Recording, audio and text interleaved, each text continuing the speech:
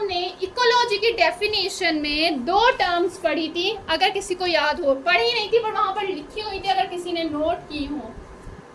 That is biotic और abiotic component. Ecology की definition में लिखा हुआ था कि study of relation between biotic and abiotic component is called ecology. अब ये बायोटिक और अबायोटिक कंपोनेंट हमारे पास क्या है? बायोटिक सिंपल लिविंग कंपोनेंट को, जानदार चीजों को बायोटिक कहा जाता है और बेजान चीजों को, नॉन लिविंग को अबायोटिक कहा जाता है। ठीक हो गया। अब हमारे पास जो लिविंग कंपोनेंट हैं उसकी तीन टाइप्स आ जाती हैं। बायोटिक कंपोनेंट्स की हमारे पास तीन टाइप्स आ जाती हैं। पहले को कहा जाता है दैट इज प्रोड्यूसर। तो ये मार्कर्स को पता नहीं क्या हो गया, इतनी जल्दी सूख जाते हैं। प्रोड्यूसर्स हमारे पास क्या कौन से हैं कि भाई जो अपना खाना खुद बनाते हो। अब हमारे पास दो तरह के जानदार होते हैं, एक को कहा जाता है ऑटोट्रॉफ और दूसरे को कहा जाता है हेट्रोट्रॉफ। ऑटोट्रॉफ वो जानदार होते हैं जो कि अपना खाना खुद बनाते हैं और हेट्रोट्रॉफ वो जानदार होते हैं जो कि अपने खाने के लिए किसी दूसरे जानदार पे डिपेंड करते हैं, तो उसे हेट्रोट्रॉफ कहा जाता है।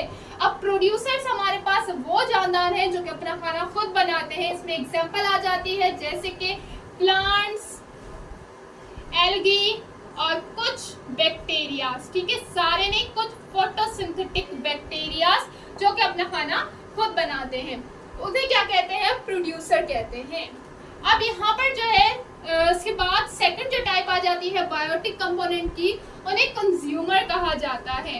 कंज्यूमर हमारे पास वो जानदार जो कि अपने खाने के लिए या तो इन प्रोड्यूसर पे डिपेंड करते हो या फिर दूसरे जानवरों पे, दूसरे जानदारों पे डिपेंड करते हो, तो उन्हें कंज्यूमर कहा जाता है। यहाँ पर कंज्यूमर में हमारे पास दो टाइप्स आ जाती है, एक को कहा जाता है प्राइमरी कंज्यूमर और दूसरे को कहा जाता है सेकेंडरी कंज्यूमर। प्राइमरी कंज्यूमर्स वो होते हैं जो कि अपना खाना प्लांट्स से हासिल करते हैं, पौधों से हासिल करते हैं। इसमें एग्जांपल जैसे कि गॉट, ठीक है, रैबिट, जो कि सिर्फ प्लांट्स खाते हैं, तो उन्हें क्या कहा जाता है? प्राइमरी कंज्यूमर कहा जाता है। और जो इन प्राइमरी कंज्यूमर को खाते हो उन्हें सेकेंडरी कंज्यूमर कहा जाता है। जैसे कि हमारे पास एग्जांपल आ जाती है लॉइन, ठीक है, वुल्फ, वो क्या करते हैं? सिंपल इन प्राइमरी कंज्यूमर को खाते हैं, तो उन्हें सेकेंडरी कंज्यूमर कहा जाता है। थर्ड हमारे पास बायोटिक कंपोनेंट की टाइप आ जाती है दैट इज डीकंपोजर्स। डीकंपोजर किसे कहा जाता है? जो कि गली सड़ी चीजें खाते हैं। अब कोई भी डेड बॉडी हो गई, कोई भी डेड प्लांट हो गया, क्या बचते हैं उसके पीछे? सिर्फ हड्डियां बच जाती हैं। ठीक है, जब हम कुछ टाइम के बाद जाके देखते हैं तो उन डेड बॉडीज के ऊपर, उन डेड प्लांट्स को जो खाना जो ब्रेक डाउन करते हैं उनके ऑर्गेनिक मैटर्स और अपना खाना हासिल करते हैं, तो उन्हें क्या कहा जाता है? डीकंपोजर्स कहा जाता है।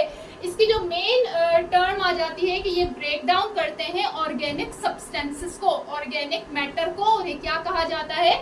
डीकंपोजर्स कहा जाता है। इसमें एग्जांपल आ जाती है जैसे कि बैक्टीरियाज हो गए, कई सारे माइक्रो ऑर्गेनिजम्स हो गए जो कि ये गली सड़ी चीजों से अपना खाना हासिल करते हैं। ठीक है, उन्हें गला सड़ा देते हैं और फिर वहां से अपना खाना हासिल करते हैं। अब डाइट के बेसिस पे भी हमारे पास कुछ टर्म्स आ जाती हैं। सबसे पहले जैसे कि हर्बीवोर।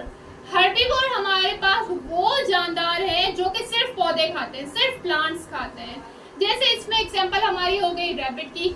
ठीक है, तो उसे क्या कहा जाता है? हर्बीवोर कहा जाता है। अब कुछ जानदार हमारे पास ऐसे होते हैं जो कि सिर्फ गोश्त खाते हैं, तो उन्हें क्या कहा जाता है? That is carnivore. ये क्या है? सिर्फ गोश्त खाते हैं। जैसे कि इसमें एग्जांपल आ जाती है हमारे पास लॉइन की।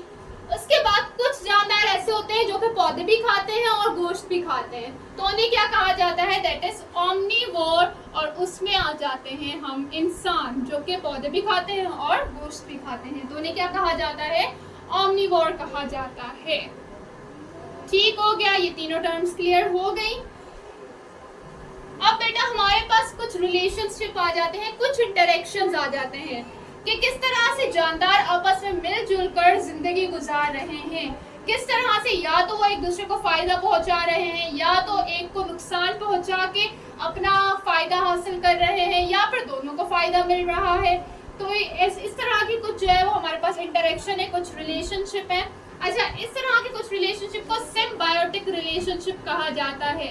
सिम्बायोटिक रिलेशनशिप किसे कहते हैं कि वो रिलेशनशिप, वो इंटरेक्शन जो कि दो जानदारों के बीच में हो, जो कि बहुत क्लोज रिलेशनशिप में हो, बहुत जो है वो करीब रह के एक दूसरे से या तो फायदा हासिल करते हो या तो फिर नुकसान देते हो और अपना फायदा हासिल करते हो। अब इसमें सबसे पहली एग्जांपल आ जाती है, दैट इज पैरासिटिज्म। पैरासिटिज्म हमारे पास क्या है कि भाई इसमें एक को फायदा मिलेगा और दूसरे को नुकसान होगा। इस रिलेशनशिप को क्या कहते हैं? पैरासिटिज्म कहते हैं। अब इसकी जो एग्जांपल आ जाती है वो कौन सी आ जाती है? That is tapeworm and human. अब इसमें टैपवर्म को फायदा मिलता है कि वो इंसान के ऊपर रह के अपना खाना हासिल कर रहा होता है और जबकि इंसान को नुकसान पहुंचता है। तो इस रिलेशनशिप को क्या कहते हैं? पैरासिटिज्म कहते हैं। दूसरा आ जाता है दैट इज कमेंसलिज्म।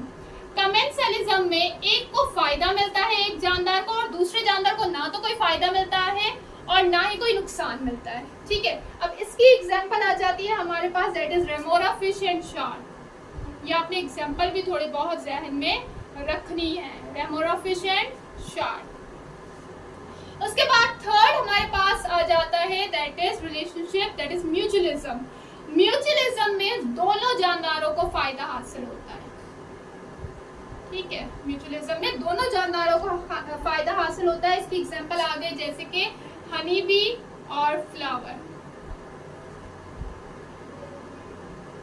ठीक है, हनी बी जो है नेक्टर लेती है फ्लावर से और जब जो है ये मेल फ्लावर से फीमेल फ्लावर पे जाती है तो ये स्पोर्स लेकर जाती है, जिसकी वजह से जो है वो नए फ्लावर्स बनते हैं। तो इस तरह से ये दोनों एक दूसरे को फायदा देते हैं और इसे क्या कहा जाता है? इस रिलेशनशिप को म्यूचुअलिज्म कहा जाता है। और इसके अलावा प्रेडेटर प्रे रिलेशनशिप भी आ जाता है कि एक में भाई एक जानदार जो है दूसरे जानदार को मार के अपना खाना हासिल कर रहा होता है। तो ये हमारे पास कुछ रिलेशनशिप्स आ गए। उसके अलावा कुछ हमारे पास टर्म्स आ जाती हैं जैसे कि food chain. Food chain simple हमारे पास क्या है कि किस तरह से खाना एक जानदार से दूसरे जानदार में ट्रांसफर हो रहा है। जैसे कि सबसे पहले आगे प्लांट्स। प्लांट्स को किसने खाया? प्लांट्स को खाया भाई जो है वो गॉड ने। अब गॉड को किसने खाया?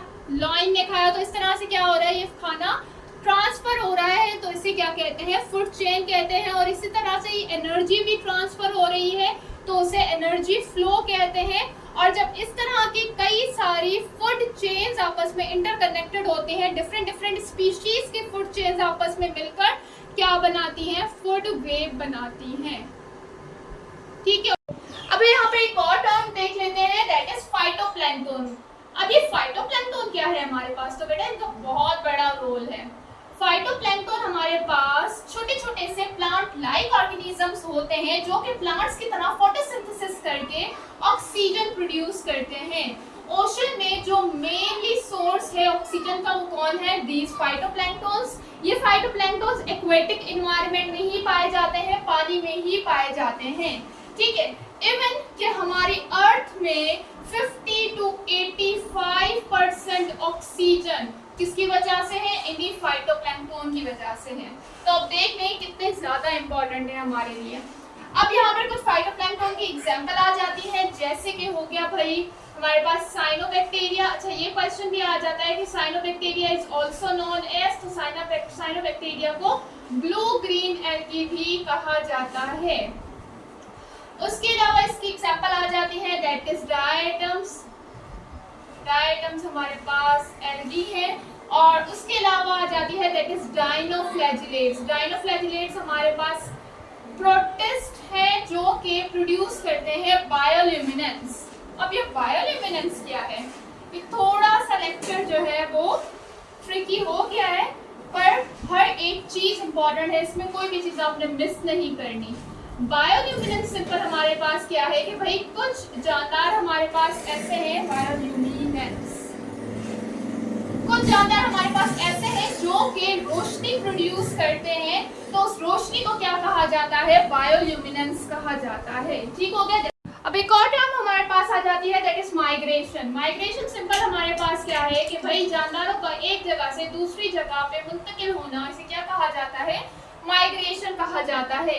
उसके बाद एक और टर्म आ जाती है जिसे नीश कहा जाता है। नीश हमारे पास क्या है कि भाई सिंपल ऑर्गेनिज्म का रोल इस एनवायरनमेंट में, उसके लिए एक टर्म यूज की गई है, दैट इज नीश। देन इसके बाद आ जाता है इकोलॉजिकल बैलेंस। इकोलॉजिकल बैलेंस हमारे पास सिंपल क्या है कि भाई वो प्रोसेस जिसके जरिए ये एनवायरनमेंट स्टेबल है, ठीक है, इस एनवायरनमेंट को स्टेबल रखने के लिए, मेंटेन रखने के लिए जो प्रोसेस है उसके लिए एक टर्म यूज की गई है, that is ecological balance. Then इसके बाद एक और टर्म आ जाती है, that is savanna. Savanna simple हमारे पास क्या है, ये मिक्स्ड इकोसिस्टम है ग्रास और ट्रीज का। ठीक हो गया। अच्छा एक और बात, जो हमने ये दो टर्म्स पढ़ी ना, बायोटिक और अबायोटिक कंपोनेंट, तो ये सिंपल क्या है, हमारे पास कंपोनेंट्स हैं इकोसिस्टम के, ठीक है। इकोलॉजी की डेफिनेशन में हमने देखा था, पर ये इकोसिस्टम की डेफिनेशन में भी यूज होते हैं। लिविंग एंड नॉन लिविंग की जगह पर हम ज्यादातर यूज करते हैं बायोटिक और abiotic component, community of biotic और अबायोटिक कंपोनेंट, ठीक है। तो ये सिंपल किसके कंपोनेंट है, हमारे पास इकोसिस्टम के कंपोनेंट है, जो अभी इतना सारा हमने पढ़ा है। तो ये बात जो है क्लियर कर लीजिएगा। तो बस यहाँ पर ये लेक्चर होता है कंप्लीट। आई होप ये लेक्चर आप लोग को समझ आ गया होगा। फिर भी कोई भी क्वेश्चन आप पूछ सकते हैं। थैंक यू, खुदा हाफिज़।